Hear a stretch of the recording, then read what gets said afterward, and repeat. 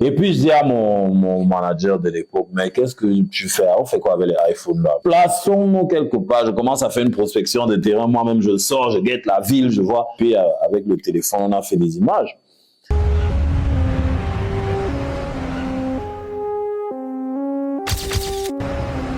Ah, très cher Tonorifié, dans une suite très logique de la continuité des freestyles qui sont devenus emblématiques aujourd'hui, parmi lesquels nous avons 0 et 1.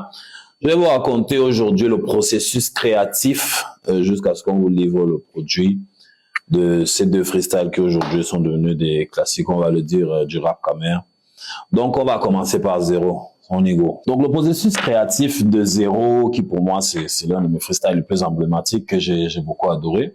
J'étais en train de beaucoup écouter à ces moments-là, je pense qu'on était en train de préparer une tournée avec ta fils avec qui je travaillais à l'époque. J'ai recommencé à écouter BMF de Rick Ross avec le type de prod très basse et tout.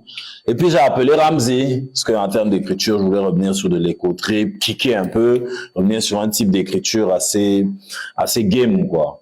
Donc, j'ai appelé Ramsey, Ramsey toujours chaud, Ramsey toujours prêt. On a terminé d'enregistrer 0. Et puis voilà, on avait le son. Mais ce qui était encore plus intéressant dans la création de 0, c'est quand on a décidé de le tourner, parce que nous étions en pleine tournée, pour le jeu de mots. Donc, on était, je crois, en Belgique. Et puis, je commence à chercher des réalisateurs sur le terrain qui sont pas disponibles.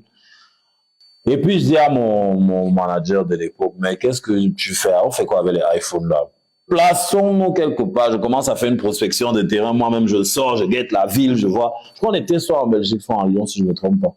Je guette la ville, où est-ce que ça passe, où est-ce qu'on peut être bien placé.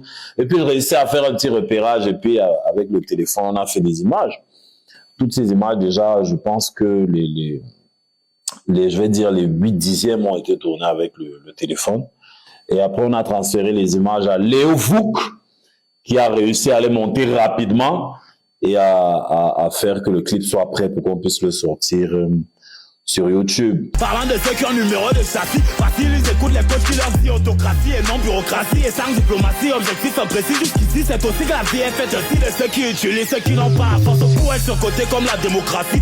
Mais de façon emblématique, j'ai été agréablement surpris par la tournure que 0 avait pris à l'époque. Et c'est vrai qu'on avait déjà enregistré un.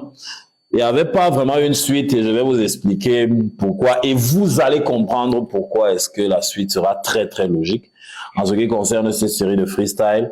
Mais après ça, on a commencé à organiser la sortie de 1 quand j'ai vu le retour positif que les Tonorifiants d'ailleurs apporté à la sortie de 0.